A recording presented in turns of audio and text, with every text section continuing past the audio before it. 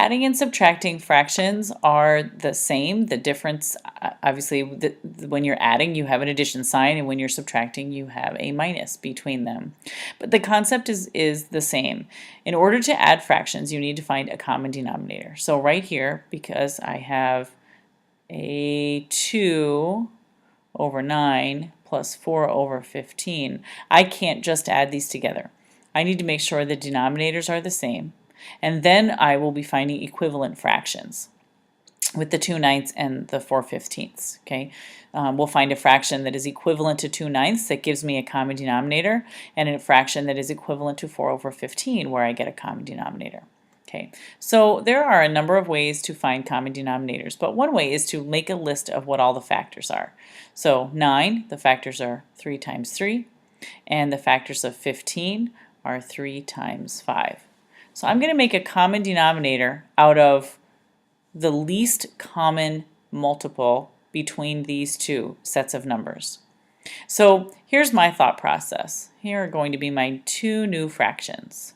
Okay, so I know I need at least 2 3's because I have 2 3's here. This one, I need to add a 3 or multiply. I need another 3 over here. And once I multiply by that 3, what I see missing from this one is the 5. So I need to multiply this by a 5. So now I have the same exact factors, 5 times 3 times 3, and over here I have 5 times 3 times 3. So when I multiply them together, I get that my new denominator is 45. And I'm going to multiply 2 over 9 by what I circled, by what was missing. So I'm multiplying by 5 over 5. So I have 10 over 45. And then here I'm multiplying by the 3. So 3 over 3. So my new numerator is 12 over 45. Okay. So now I can go ahead and add them together, and I get 22 over 45, which can't be simplified at all. If you don't choose wisely and pick the lowest common denominator, then you end up needing to simplify when you're done adding, and it's just an unnecessary step. So this is my answer here.